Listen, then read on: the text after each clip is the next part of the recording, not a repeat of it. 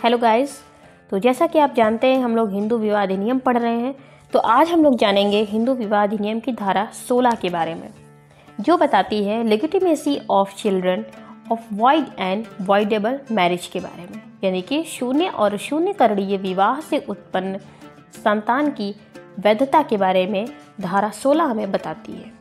Point number 1 कहता है, इस बात के होते हुए भी धारा 11 के अधीन विवाह शून्य है, ऐसे विवाह से उत्पन्न कोई संतान जो उस विवाह के वैध होने पर वैध होती है तो ऐसी संतान वैध मानी जाएगी, चाहे संतान विवाह विधि अधिनियम 1976 के प्रारंभ होने से पहले पैदा हुई हो या फिर बाद में। इससे कोई फर्क नहीं पड़ता कि हिंदू विवाह विधि अधिनियम 1976 के पहले बच्चा पैदा हुआ है या फिर बाद में, वो बच्चा वहाँ पर वैध ही माना जाएगा, चाहे वह विवाह इस अधिनियम के अधीन याचिका के सिवाय किसी अन्य आधार पर शून्य ठहराया गया हो या फिर नहीं।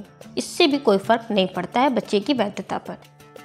पॉइंट नंबर 2 कहता है, जहां धारा 12 के अधीन शून्य करणीय विवाह के संबंध में अमान्यता की डिक्री दे दी जाती है, वहां डिक्री किए जाने से पहले उत्पन्न गर्भ में रहा बच्चा जो विवाह के पक्षकारों की वैध संतान होता है। यानी कि अगर तलाक की डिग्री मिल गई है, यानी कि विवाह शून्य हो चुका है, उसके बावजूद भी अगर गर्भ में बच्चा रहा है तो वो वैध ही माना जाएगा, जो विवाह के पक्षकारों की वैध संतान होता है। यदि डिग्री की तारीख को विवाह को शून्य किए जाने के बजाय खत्म कर दिया गया होता तो अमान्यता की डिग्री के होते हुए भी उनकी संतान वैध ही मानी जाएगी।